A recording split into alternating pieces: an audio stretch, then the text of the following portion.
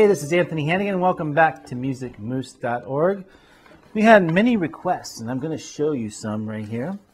Pages of them, man. Pages of requests from all over the country and all over the world, mostly from our big mandolin hitters who are very active. And for those of you lurking in the background and kind of shy to get on the forum and post any kind of questions or concerns, you know, that's why it's there. That's why we have it up and running so we can communicate with everybody that's out there. And if you have any kind of questions, and if I can't get to them or anybody else on the Moose staff, the community themselves will be sure to chime in and offer their opinion too. And I can't emphasize enough how sometimes it's good to get multiple different opinions. It can get kind of confusing, but I think everyone's fully qualified to offer their opinion, and it's good to listen and get involved. So we're going to encourage that to get more involved with the community. So if you're out there lurking, make sure you identify yourself, introduce yourself, and because we're right now still in the very early experimental stages and trying to figure out how all this is working, and we want to cater to especially you. So one of the requests that came through, which I found was pretty interesting, was some old-timey mandolin, which I am not an old-timey mandolin player. I'm probably a new-timey mandolin player, if I had to classify it.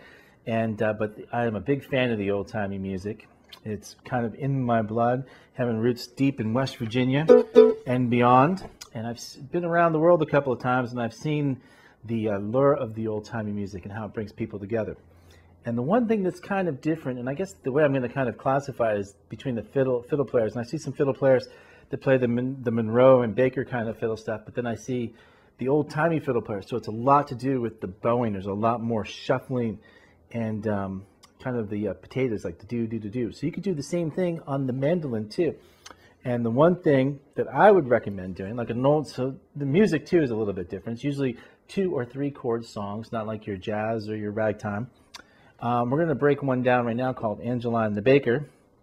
And it's it's one of the simplest tunes. It only has 2 chords in it, and that would be the D chord and G.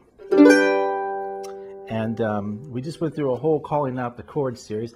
I'm going to call it out the first time around, and then we're going to actually get into the actual song of it and do the old-timey, what separates the old-timey. So if I was going to play it, I'd start it off just doing a little bit of potato tune. It's with a little bit of cross-picking.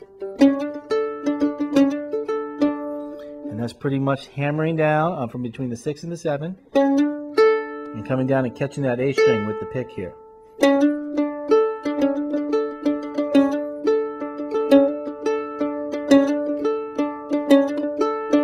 Or you could play it like this too.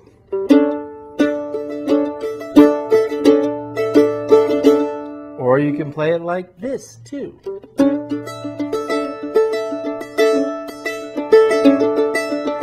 And with that stroke, I'm catching all these down, and I'm picking that E,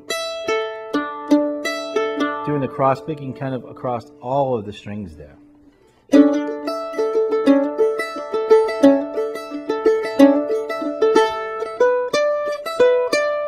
And all that is right there. We're going to get into it.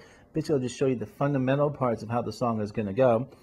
And it's going to be D, D, D, D, D, D, D, D, D, D, G, D, D, D, D, D, D, D, D, D, D, D, D, D, D, D, D, D,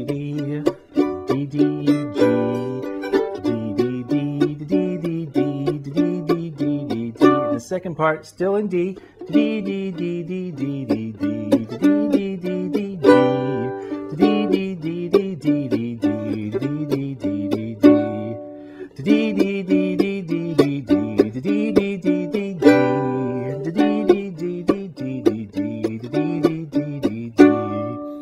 Well, that's the first part of it. And what I'm going to do in the next exercise is get into the melody of it and how you could do some picking variants around it to make it sound more old-timey rather than new-timey. So stay tuned and join us for the next episode of Mandolin the Baker. This is part 1, and we will see you back here real soon at the Moose.